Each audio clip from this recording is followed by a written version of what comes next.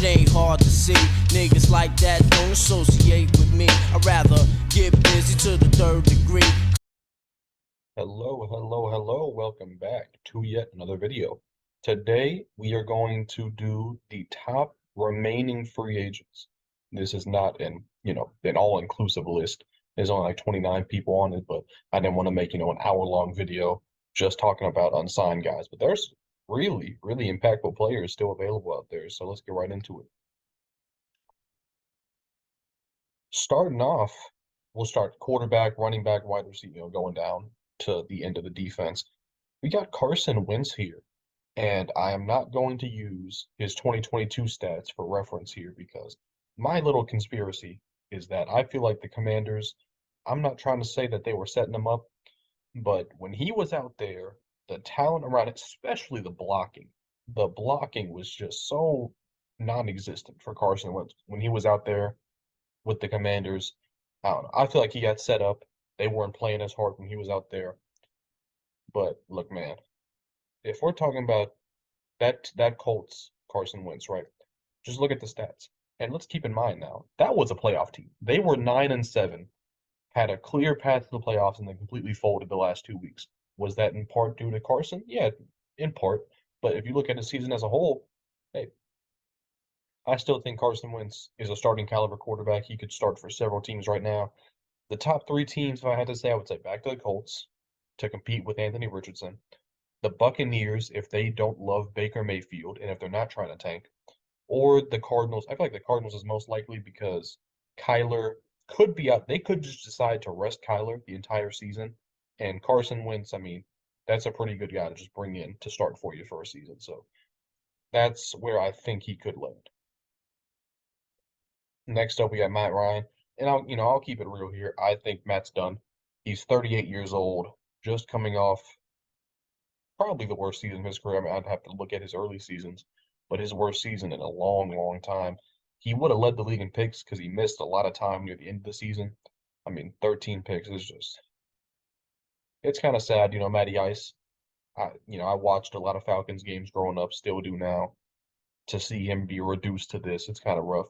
The only two spots I could think of, the only role I could think of would be like a mentor to a younger QB. So I put the Texans and the Steelers there for CJ Stroud and Kenny Pickett, respectively.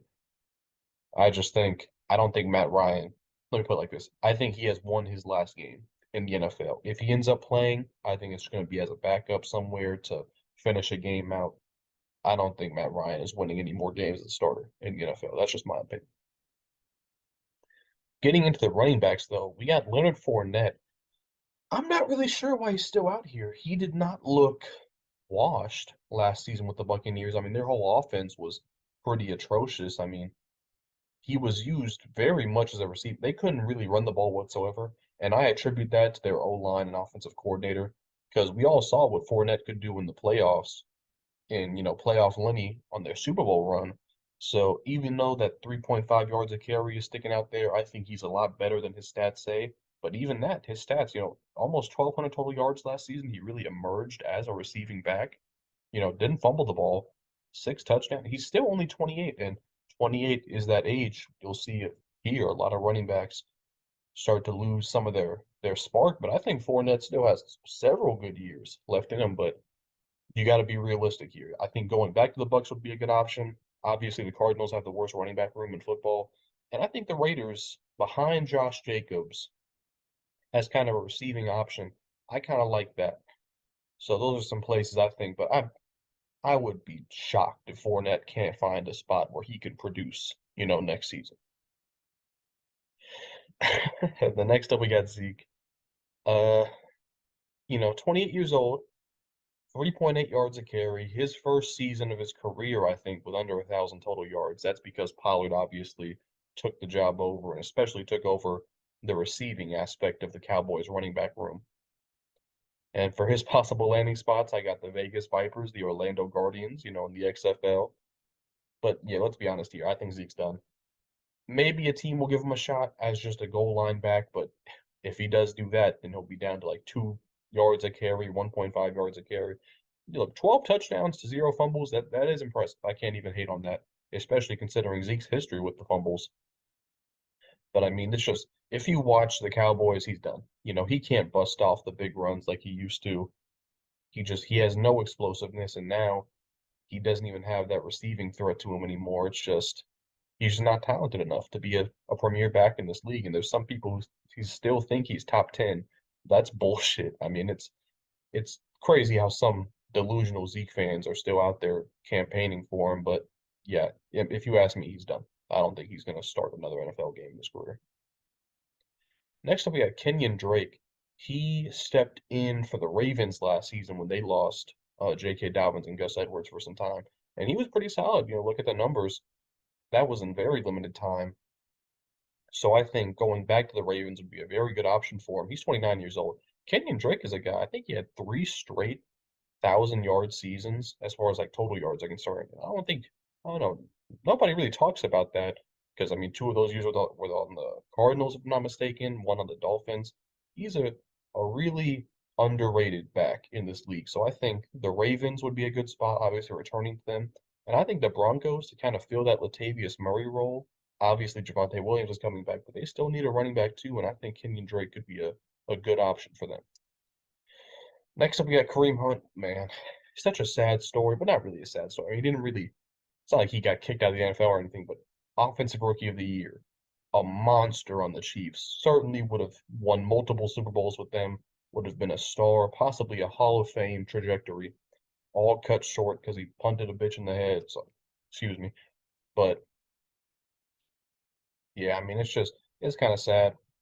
But, I still think he could provide some value to some teams. If you look at last season, it was a big down year. Probably the worst year of his career. Because even before this, he was a very good running back too on the Browns. They had that two-man punch going on. But I think the Cardinals, like I said, they just are in desperate need of talent at running back. And I think the Chargers, kind of as a foil to Austin Eckler, they kind of do similar things, but just as some necessary depth. And also, if Eckler is still going to be, whining about his contract situation, Kareem Hunt could actually put up some numbers there. So those are a couple spots I think for Hunt. Next up, we got Kenny. Let's talk about Kenny Galladay for a second. Obviously, the Giants parted ways with him. I don't get it. This is one of the most mysterious things I have ever seen in my time of watching sports. The man was a beast on the Lions, a deserved Pro Bowler, back-to-back 1,000-yard seasons, and I just don't really get what happened to him. But not Kenny Galladay, man. This is just another one of those things which make you think the Giants are just cursed as a franchise, man. Look at that, 6 catches, 91 yards, 1 touchdown. And it's not like he missed the whole season. He was out there a lot. I think he played like over 200 snaps. Over 200 snaps on offense, 6 catches. That is ridiculous. So obviously his position is a thief and, possible landing spots, we got the pod right there. I don't, man. I this is career damaging, honestly. I don't know how any team could look at that and what went on in New York and said, "Oh yeah, we want this guy on our team." Even though, I mean, for like 3 years removed from him being a Pro Bowl receiver with Matt Stafford, and like I don't get it. We need like a 30 for 30 on Kenny Galladay's time with the Giants because this was honestly incredible. Next up, we got Jarvis Landry. This was interesting because I remember watching the Saints week 1 against the Falcons, and Landry was out there making plays. But then, I mean, I'm assuming it's injured. I think it was injuries. He missed some time. Jameis went down. You had Andy Dalton at quarterback. So it all just kind of fell apart in New Orleans. But still, I mean, he was very, very underrated with his time on the Browns. So I think he can regain some of that. Obviously, look at the stats last season, they weren't very impressive, but I think the Falcons could use him as kind of a slot guy. I think Dolphins as well would love, I like that, the idea of him going back to Miami. And my Seahawks, just for some depth in case an injury took place, Jarvis Landry as your fourth receiver, I would like that a lot. So I think any team could use Jarvis Landry, to be honest, on their roster. And next up, Antonio Brown. Listen. I understand all the off the field issues. Me personally, I don't really blame him that much for how Tampa ended, because apparently there was some blame to be placed on both sides in that situation, right? I don't know. I feel like we saw him put it together, or keep it together, I should say, for a whole season, won a Super Bowl, was a big contributor on that team. People forget just how good he was in Tampa. But look, in his last 16 games, now keep in mind, I had to put these together over a span of 4 years. But his last 16 games, 91 catches, 1,084 yards, 9 touchdowns. He has the talent. The talent has never been the question. He's a first ballot Hall of Fame talent. But look, man, he is by far the best free agent wide receiver. It's not close. And the Titans, desperate need of weapons. If we're just talking about a team that needs receiver the most, it's the Titans. But then you got the Ravens. It looks like he wants to play there. I don't see the problem with it. Worst case scenario, you cut him. If things get bad, you cut him. But I think if he wants to play there, and I think him and Lamar have some type of connection, I don't see the issue in bringing AB on because he obviously is talented enough. Moving on to defense, I'm not going to do any offensive line because I just what stats am I going to talk about? What could I talk about for them? If you want to find out the best free agent lineman, just look it up. But here, moving on to the pass rushers, Yannick Ngakoue, one of the most consistent and underrated pass rushers in the league. I think the guy's put up at least like 8 sacks his entire career, right? He's 28 years old now. So yeah, he's been a monster. Wherever he goes, he produces. I think it's been like 4 different teams now, possibly moving on to his fifth. And I mean, just look at that last season, 9.5 sacks, 16 quarterback hits, only 732 snaps. That is not as much as you think it is. Like the top guys are playing 900. And for him to only play 732 and put up those numbers, he's obviously a premier pass rusher. And he's probably looking for a big time contract because he deserves it. I mean, he's in his prime and he's shown that he can produce wherever. So for me, I think the Texans are the team in most need of pass rush. I think Yannick would help them more than anybody. But the Falcons as well, even though they've drafted multiple people, Ngakoue would obviously be their best edge rusher. And then the Chiefs, as a Frank Clark replacement, they've got a couple young guys as well, but obviously Yannick would be the veteran presence in there. So, look, any team, he could be the number 2 edge rusher. A lot of teams, he could be the number 1. But if he's looking for a payday, that throws a wrench into things, but I am patiently awaiting to see where he goes. Next up, we got Justin Houston. And I think, again, just not a guy. When I make my video about, career resurgences or guys who put together a very surprising season last year, Justin Houston's going to be on that list. 9.5 sacks, 17 quarterback hits. Please understand, this is one of the best seasons. This might have been like a top 5 season last year for Justin Houston, one of the most underrated pass rushers, of this generation. At 34 years old, and look at that, 397 snaps. The man got a quarterback hit on average like every 20, 23 snaps. That's pretty good. That's pretty solid. Man. So I think every team should be trying to call up Justin Houston. I think a return to the Ravens makes the most sense. That seems kind of likely. But also a return to the Chiefs. Like I said, they lost Frank Clark. They are looking for a guy to fill those shoes, a veteran presence there to also teach Karlaftis and Felix Anzarike, whatever. Hey man, everybody should be knocking on Justin Houston's door. That's all I'm saying. Then we got Dwayne Smoot from the Jaguars. He's kind of an inside-outside guy. The numbers aren't as flashy, 5 sacks, 12 QB hits, but I think a return to the Jags is very likely because they lost Arden Key, if I'm not mistaken. So I think they need to retain Smoot more than, it would benefit them to let him walk. But the Bears also, they signed DeMarcus Walker, but I think Dwayne Smoot adding, more pass rush, they are in desperate need of NFL players. And Dwayne Smoot would be a very good rotational pass rusher for them. Then we got Frank Clark. Sneakily, one of like the best playoff performers ever. I think he's like top 10 on the all-time playoff sacks list, which is kind of crazy, but it makes sense considering, how often he's in the playoffs. But I mean, 13 quarterback hits, 5 sacks, 39 tackles, 8 tackles for loss. It was a bit of a down year, but it's not. I mean, he is very still valuable. The Chiefs, I'm sure, would love to have him back. They released him, just because it was a massive cap hit, but that doesn't mean they couldn't bring him back on a cheaper deal. And then, like I said, the Bears in desperate need. Frank Clark, I've seen Bears fans already talking about, wanting Frank Clark on the roster. And then I think the Broncos, ever since they released Bradley Chubb, the second half of their season, their pass rush was not up to par. They drafted Drew Sanders, signed Zach Allen from the Cardinals, if I'm not mistaken, but still Frank Clark, and then possibly him helping them out in their games against the Chiefs. That could be, like an underlying reason they'd want to bring him in, but they could still use some help on the defensive line. So those are a couple options. Next up, we have Robert Quinn. I don't know what this might be like one of the biggest drop-offs I've ever seen. Last season, not this previous season, but last season, 18 and a half sacks, 22 QB hits. The man was all pro caliber 1 year ago, and then last season he had like 2 sacks. Now, he was traded midseason to the Eagles, which should have just been overpowered, but I don't know. Maybe it was just because of the level of talent around him. Hassan Reddick, they already had uh, Josh Sweat, Brandon Graham. He probably was the fourth best edge rusher on that team. But still, man, to go from 18 and a half sacks to two, I don't know what went on. But I think a return to the Bears, I mean, you'd have to be crazy, right, to not think that he could at least recoup some of 18 and a half sacks just a year later. But also the Ravens as a Justin Houston replacement, if you want to phrase it that way. But I cannot believe that a Robert Quinn who put up 18 and a half sacks in 2021 is just going to be completely washed and done by 2023. That makes no sense to me.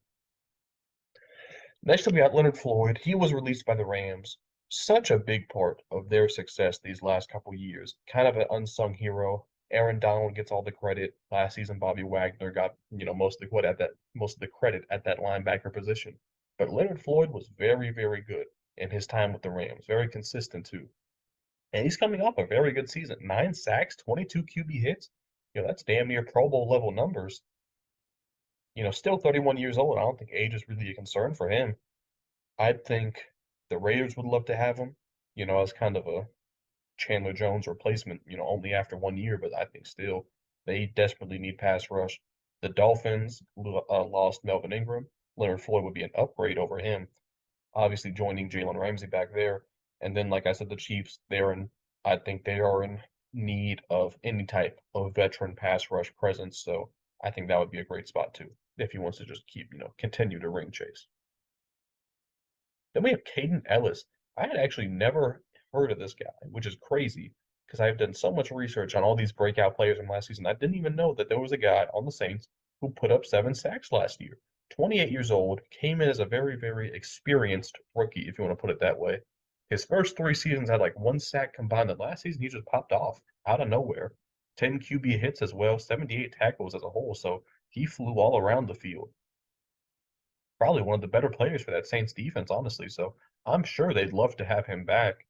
But also the Texans, to acquire a younger pass rusher, possibly for a long term, 3 or 4 years, I think that would make a lot of sense because besides Will, I'm not sure, like Will and Jerry Hughes, I'm not sure who's going to generate any pass rush on the Texans. So Kaden Elliss, I think those are 2 spots for him. I mentioned Melvin Ingram, Dolphins letting him walk. I mean, he fell off a cliff. The man was like, it was like 4 or 5 straight Pro Bowl caliber seasons, then done. Completely nothing. And then last season, I mean, he bounced back. I think he had like multiple games of not double digit sacks, but multiple sacks. I think it was the Bills game when Tua went down. He had like 2 sacks, and another one he had 2 sacks. It's just, he bounced back. Obviously 34 years old, 512 snaps. That's probably a lot. I don't think wherever he goes, he's going to play that often. But still, I have no doubt that Melvin Ingram could, make some big plays still. So I listed the Chiefs and the Ravens, 2 teams that need veteran pass rush. Watch out for Melvin Ingram. Then we have Marcus Golden. This might be the most QB hits I've seen by a guy with the least amount of sacks. And he's been a guy who's got sacks before, so I don't really understand, he got to the quarterback a lot, beat up a lot of quarterbacks, but couldn't finish it early enough to get a sack. So I'm not really sure what that's about, but one of the guys who's taking a mass exodus from the Cardinals. I mean, the Cardinals lost Marcus Golden, J.J. Watt, and Zach Allen all in one season and passed on Will Anderson. Their pass rush is going to suck. But I think a return to the Giants would be a smart move. He spent a little over a season with the Giants and had a really good year. Or, like I said, the Dolphins as a replacement for Melvin Ingram.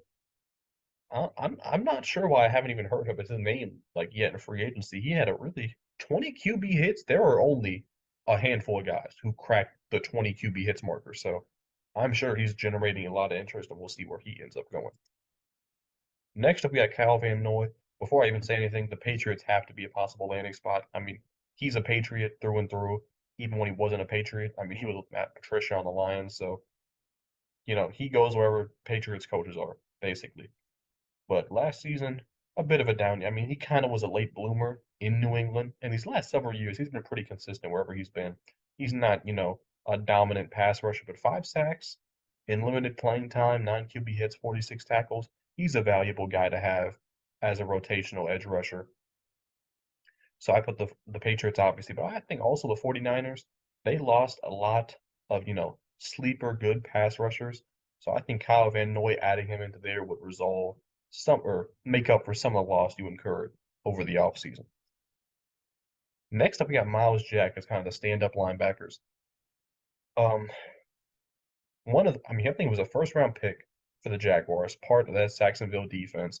I don't know if they traded him or let him walk to the Steelers. But he went to the Steelers.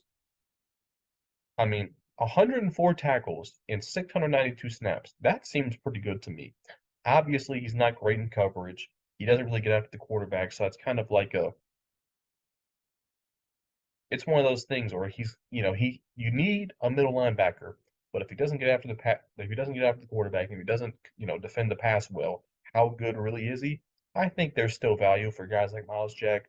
I think the Steelers still need him. If they were just to let him walk and also lose Devin Bush to the Seahawks, I think that would be a really, really big hit to the Steelers linebacking core. So I think he most likely re-signs with the Steelers. But the Jets also, I think, CJ Mosley is getting up there. Myles Jack is only 28 years old. That could be a potential landing spot. Then we got Quan Alexander. He's leaving the Jets. 69 tackles, 6 tackles to our loss. He is really more of a get after it, stuff the run kind of a guy. Also a little better in coverage than Myles Jack, if I'm not mistaken. So I think if the Steelers didn't want to pay Myles Jack, maybe Quan Alexander is a cheaper alternative.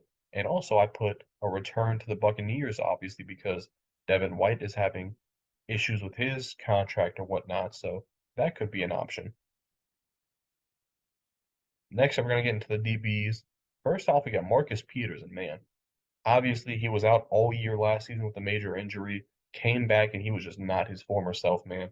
113 passer rating allowed. If you do not know, if you're over 100, it is bad. 113 is awful. He gave up 7 touchdowns in coverage last season. Only had 1 interception. The ball hawk, Marcus Peters, 1 interception to 7 touchdowns given up. That is very, very bad. Only 6 passes defended. He got picked on last season. But maybe coming off injury, we should cut him some slack. But I think it still makes sense for him to come back to Baltimore or go to a division rival in Cincinnati, who lost Trey Flowers, Eli Apple, Von Bell, Jesse Bates. So they need help in that secondary. A veteran presence, I think, would make a lot of difference there. So those are a couple spots. Like I just mentioned, Eli Apple, one of the most overhated players in the league. People will tell you Eli Apple is a straight bum, which is not true. I just showed you. Look, 20 passer rating points better than Marcus Peters. How many people would have known that? And before this season, he was even better than that. I mean, he was a sleeper good corner in the league. Not amazing, obviously. Not a ball hawk or anything like that, but he was solid. Last season, not as much. He was a little below average, but I think he can still play. Only 28 years old, 8 passes defended. He's solid. If he's your third or even a fourth corner, that is great depth to have.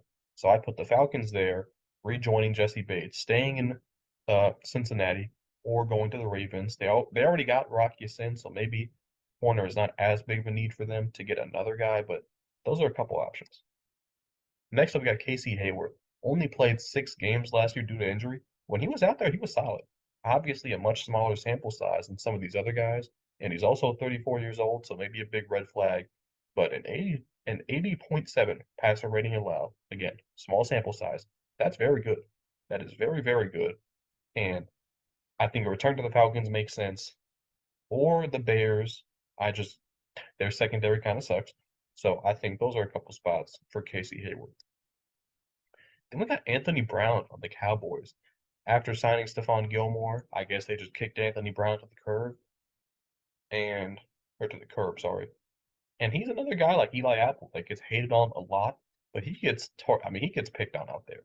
And he fights through it more times than not. I mean, obviously he gives up a lot of touchdowns, a lot of big plays, but an 89.7 passer rating allowed, considering how much he gets targeted and how many big plays he gives up, that's actually pretty solid. 7 passes defended as well. He is getting up there in age, 29 years old, but I mean, hey, I think the Steelers would love to have him after losing Cam Sutton. I think the Jaguars, after cutting Shaquille Griffin, are in need of a corner. So those are, I mean, any team could have Anthony Brown as their third or fourth corner, I feel like. Moving on to the safeties now, we got Adrian Amos. I think most likely he goes back to the Packers, but if he does not, let's look at the season. Over 100 tackles, really a sneaky career year for Adrian Amos, even though he was pretty bad in coverage. But 7 tackles for a loss, 5 passes defended. He's not great, but he could start on a lot of teams. For example, the Bengals, after losing Von Bell and Jesse Bates. The Jets were pleading for a safety the entire draft, didn't really get one. So I think Amos could fill a role there and, as a LaMarcus Joyner replacement. Moving on to LaMarcus Joyner. He was really bad in coverage, even though he had 3 picks. So if you have 3 picks in coverage and you're still giving up a high rating, that just lets you know when you're not getting picks, you were pretty awful. But still had 6 passes defended, 57 tackles. He is not great, but if the Packers don't bring back Adrian Amos, this could be a cheaper replacement. Also, I think the Raiders making a return to Vegas. He played with the Raiders previously. So, he's not awful. I think he is, like I said, the second best safety available, hell. So those are a couple spots for him. That is going to be it for this video. This is already long enough. Talked about like damn near 30 players. But I just wanted to give you an update on some of the best remaining talent out there yet to be signed. So leave a like if you enjoyed, subscribe if you're new, and I appreciate it. See you later. It's out the motherfucking pack. Right out the niggas don't know how to act.